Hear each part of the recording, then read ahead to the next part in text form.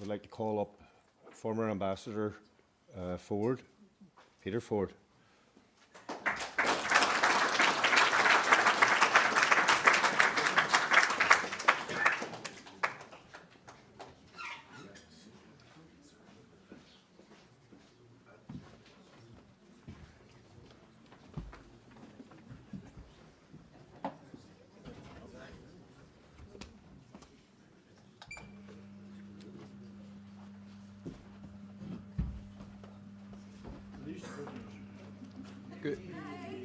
Good evening.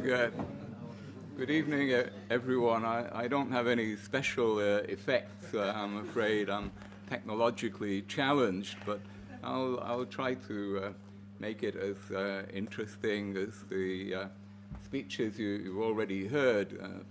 But I'm not going to beat Patrick's phrase about the fourth estate becoming the fifth column. That's fantastic. Many of the issues that have been broached so far have come to a head in the Middle East, particularly with regard to Iraq and Syria.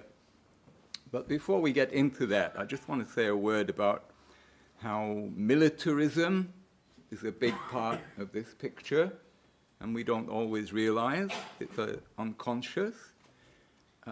When I joined the British Foreign Office in the early 1970s, in my induction, I learned that I was going to be a desk officer. Officer? Officer? What? An officer? Never thought of myself as an officer with the military overtones. And then I learned I was part of the diplomatic service, as though we were like one of the armed services. And then later on, when I became an ambassador, I was told I was entitled to a uniform. A uniform. Me. A uniform, a proper uniform with epaulettes, a big plume. Wow. Militaristic. And we don't realize our institutions have been so militarized and jingoized.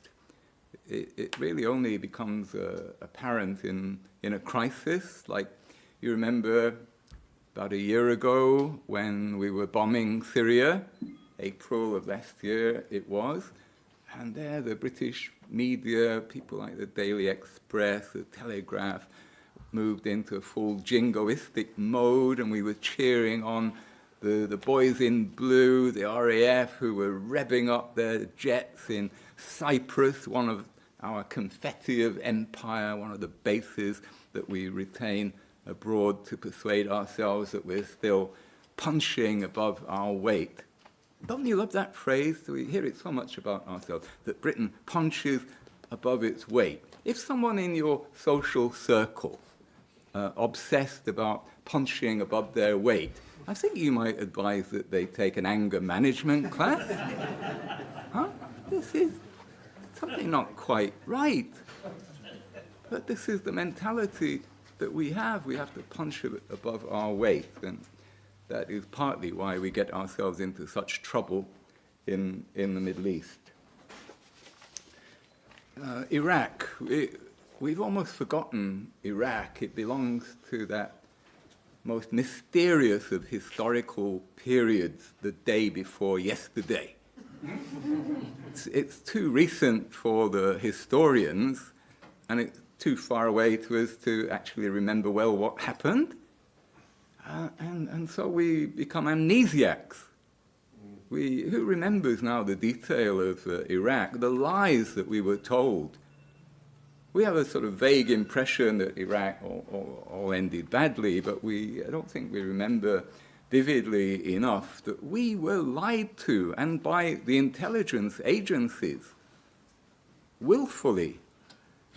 They knew the truth of what was going on over weapons of mass destruction, but they colluded with the Blairs and the other politicians, or rather, perhaps they used the politicians. At all events, we've become amnesiacs over Iraq, and this has led us to repeat many of the same errors with Syria. We see the same use of WMD, weapons of mass destruction, as an excuse to bomb a country that is no threat to us, has never attacked us, would never dream of attacking us. We see the same manipulation of public opinion. We see the same attempt, as with Iraq, to remove a secular form of government, careless of what Pandora's box we were opening, careless of it, the country collapsing into anarchy and being overrun by jihadis. And of course, committing a violation of international law simply by a war of aggression. There's all the talk of arraigning Assad before the International Criminal Court, but few speak about the fact that it is a crime to put foreign soldiers on the territory of another country, as we and the Americans and the French and others have done in Syria without permission. That is a crime of aggression. I said that the politicians, it's debatable whether the politicians are running the show or whether they are being used. Well, Syria has thrown up a very clear example that the politicians are putty in the hands of the permanent, what we might call the deep state or the permanent government. In America, it's sometimes called the Washington Consensus, the bipartisan consensus. It's the military-industrial complex.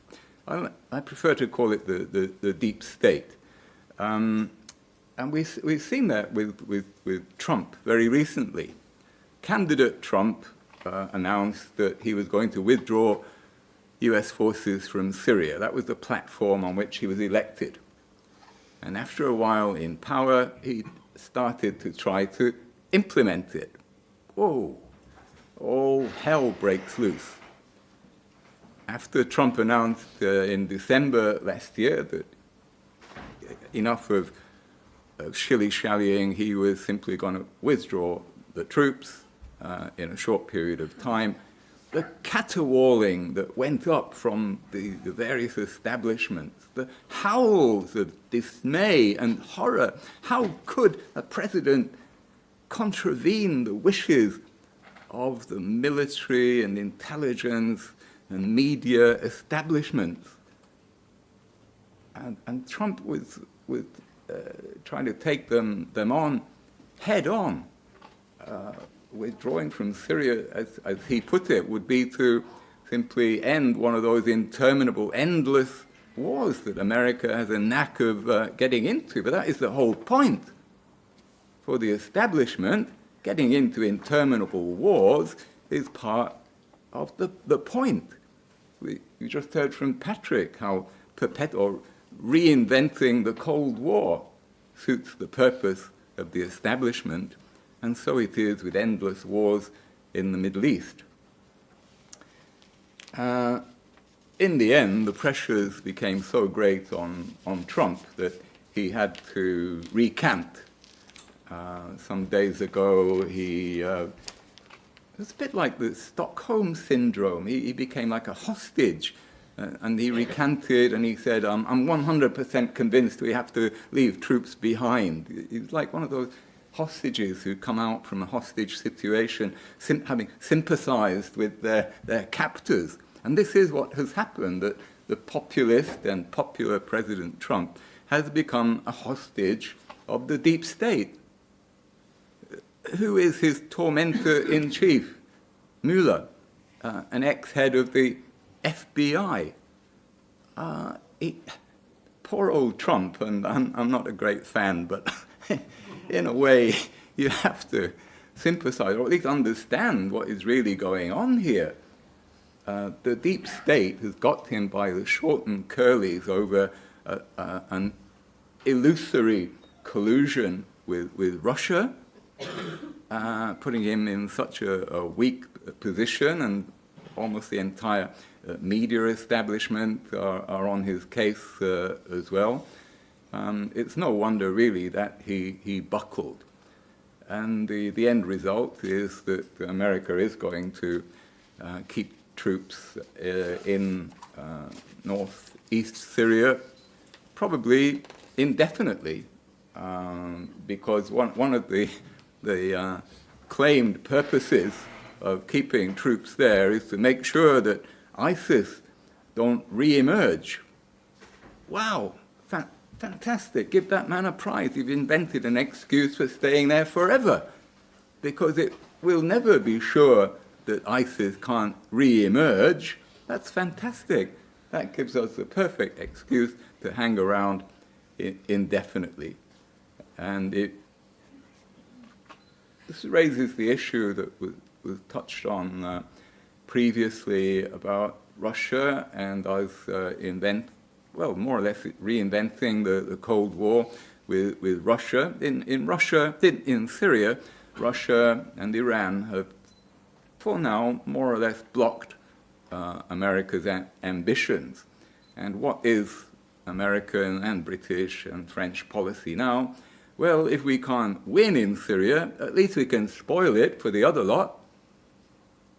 That is our policy today in Syria. It's not to end the war. We say it's to end the war, but this judges by our actions. What do we do?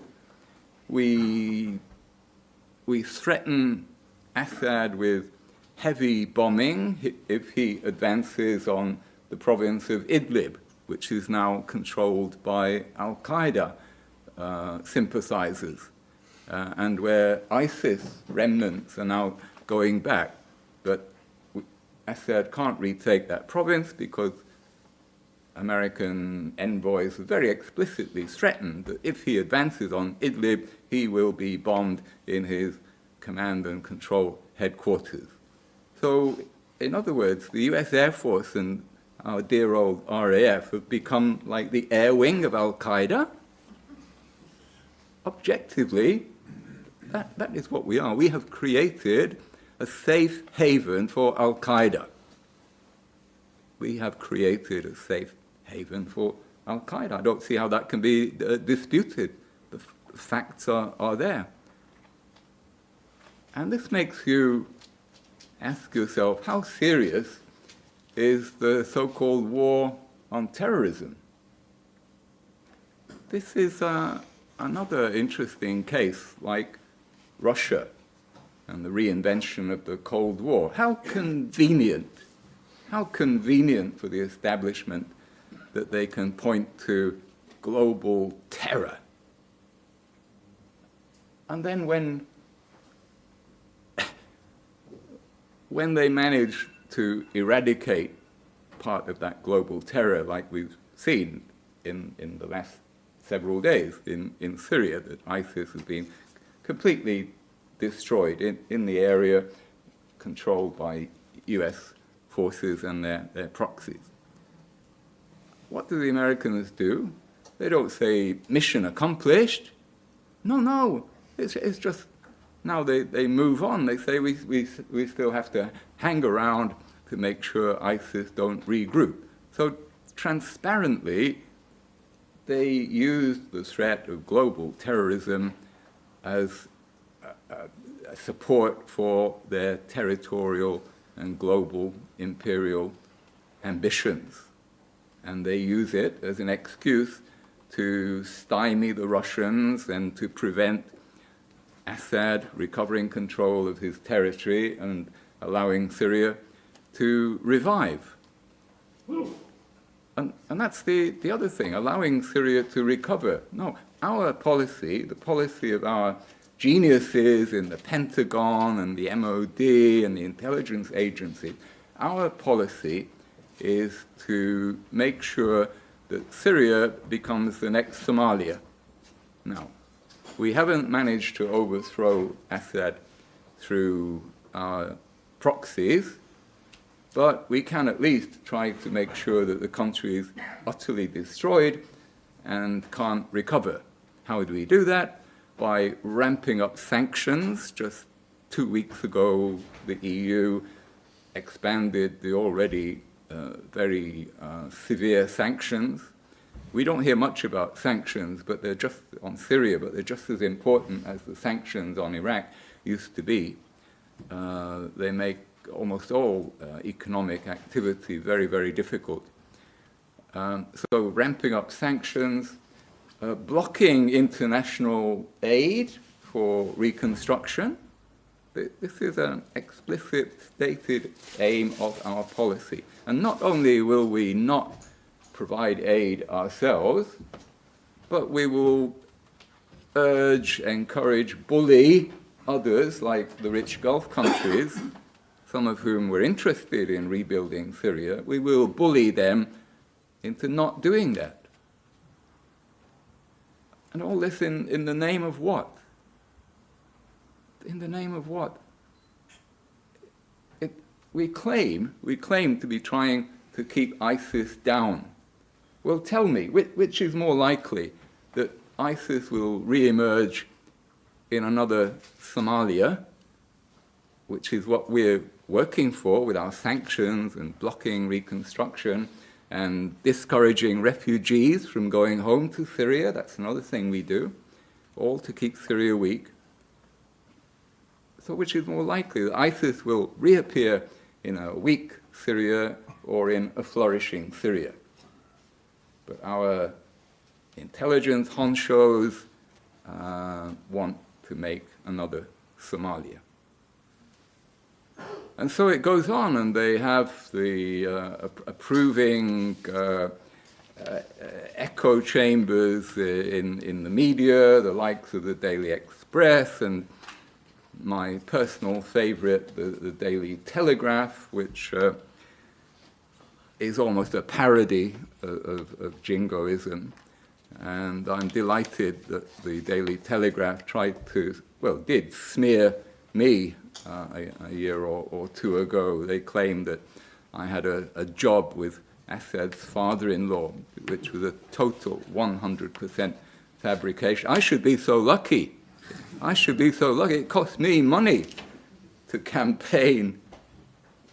If it was the Saudis, I'd be a millionaire. But poor old Syrians, I don't make a bean.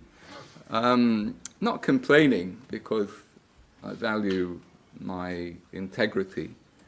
So anyway, the Telegraph had to recant. They had to publish a correction.